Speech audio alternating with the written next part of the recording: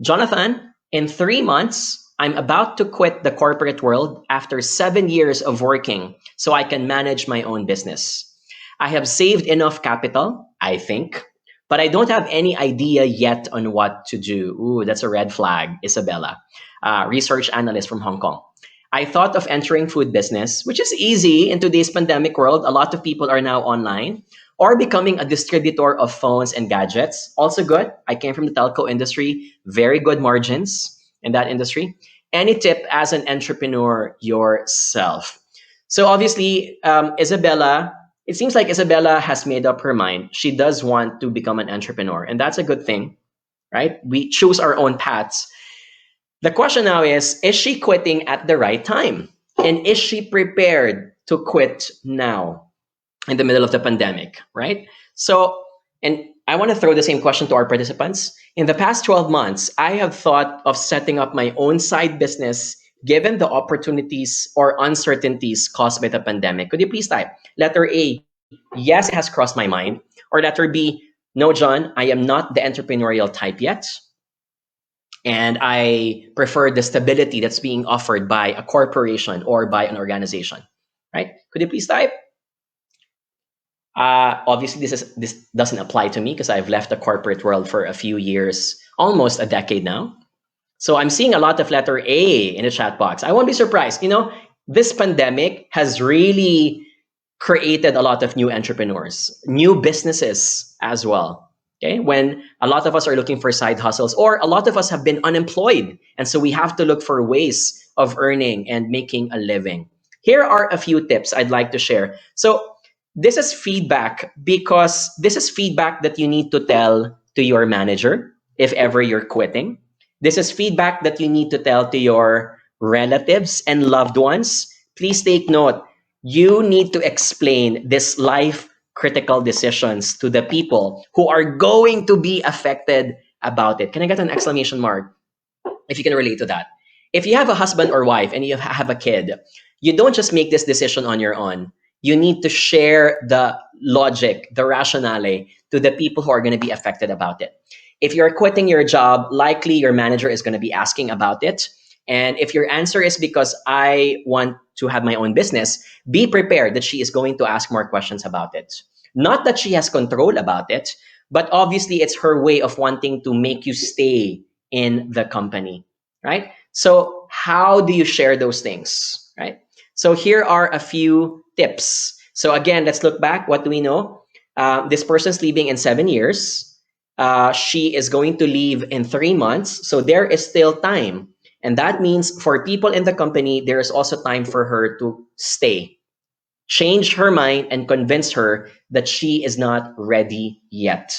Okay? Those are the things that we know about Isabella. So a few tips I'd like you to consider. Number 1, 3 considerations before quitting. Number 1 is cash flow.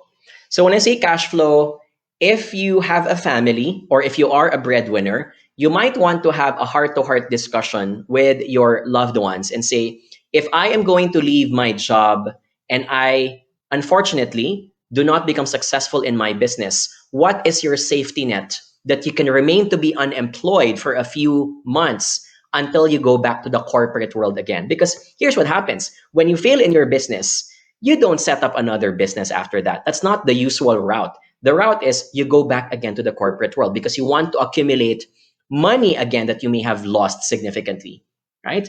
Unless, of course, someone gave you another opportunity and say, hey, you lost your job, you lost your business, here's another $1 million, start all over again. It doesn't happen like that.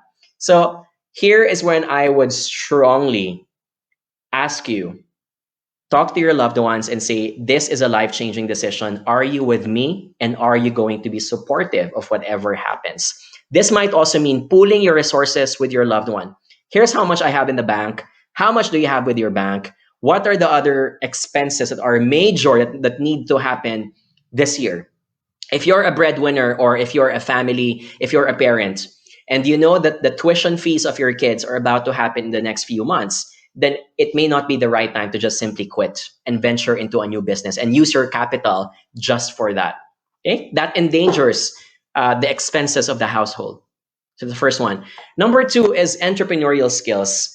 I would strongly recommend that if you want to become a businessman, ask feedback from the people who know you well and say, hey, I am planning to do this business. I'm planning to do food, gadgets, clothing. What do you think of it? How do you think is the economy going to respond to it? What do you think of me as an entrepreneur? Do you think I have the skills? What do you think are my strengths in being able to do that? It's a painful question to ask because it's going to hurt your ego when you have people who are going to decline you, but you need to get this information out there. Why? Because most of the time, if you're an entrepreneur, you already fall in love with your own idea to the point that you do not question your own shortcomings, right? So when you can, so I know that this session is about giving constructive feedback, but I'm going to flip the coin. This is about you asking for constructive feedback. If you have a best friend at work who knows you inside and out, you've been in the company for 7 years, and she knows that you are leaving the company anyway, this is the right time to ask the question, hey, Anna, you know me well, but I would love to know, in terms of my competency and skills, do you think I'm ready to take on this job? Do you think I'm ready to have my own business? Right? Hey, I plan to create my own store on Lazada and Shopee. Here is my product. What do you think of it? Do you think it will sell? Do you think people will buy it? Okay. Asking more feedback from different people is going to bounce off your ideas and say, is this the right thing to do? Okay. Right? I'm reading a message here from Stella. We can always have a choice of having a second or sideline business for additional income. But if I really desire to have my own business, I have to become ready first. That's true. So readiness, we often get trapped into the excitement and the thrill of it. We remember all these Hollywood movies of people becoming successful in their job. But that is the romantic part of getting a business. There are so many hurdles and headaches of setting up one. So unless you are ready, you might want to validate that by asking for feedback from other people. The third one that I would add here has something to do with the business stability.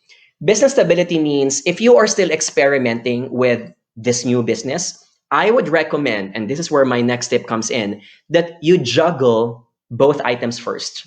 Keep your current job, do well in it, and then experiment with your current business and see if it is doing well. If you've noticed that what you are potentially going to earn from the business, because it's so doing well, is even going to get bigger to the point that it's way bigger than your salary and that your job is just getting into the way of becoming successful, then that is the right time to finally exit the corporate world. Otherwise, I would recommend to consider juggling both items first. I'm going to say this because that's how I would vouch for my experience. When I won Apprentice Asia and I served 3 years in Air Asia as a corporate guy, this was the time when I was already doing a lot of consultancy work. And there was a point in time when I told to myself, hey, I think the business is already so stable to the point that my corporate job is stopping me from getting more clients. And I thought to myself, I think I'm ready. And I only decided that on my third year when I started my business. So that's a lot of time. Some people can take 6 months or 8 months. Some people can take 2 years. Your goal is to identify your readiness. And when you're ready, that's when the time that you let go of one of the balls in your hands. Okay? So that's when you transition slowly out of it if you have met the 3 criteria above. Okay? And again, all of these things include asking for feedback from a lot of people. You know what I did? I asked my ex-mentors, my ex-coaches, and my ex-bosses in my company. So I work for Globe Telecom. I work for GlaxoSmithKline. I contacted my ex-bosses and told them, hey, I'm on a crossroad right now. I am planning to leave the company because blank, blank, and blank. What do you think of it? And the more I gathered information from my ex-bosses, those types of feedback, because they know me inside and out, minus the awkwardness of them being my boss, the more I was able to tell myself, I am making the right decision. Okay? All good. Can I get an exclamation mark? Are we learning something from that? I want to highlight that because we often get emotional when we want to quit because there is a thrill of freedom. But that short-term benefit does not outweigh the long-term cost of sacrificing so much. And by the 6th month, you remain to be unemployed and your business is not doing well. and you tell yourself, how I wish I did not quit yet.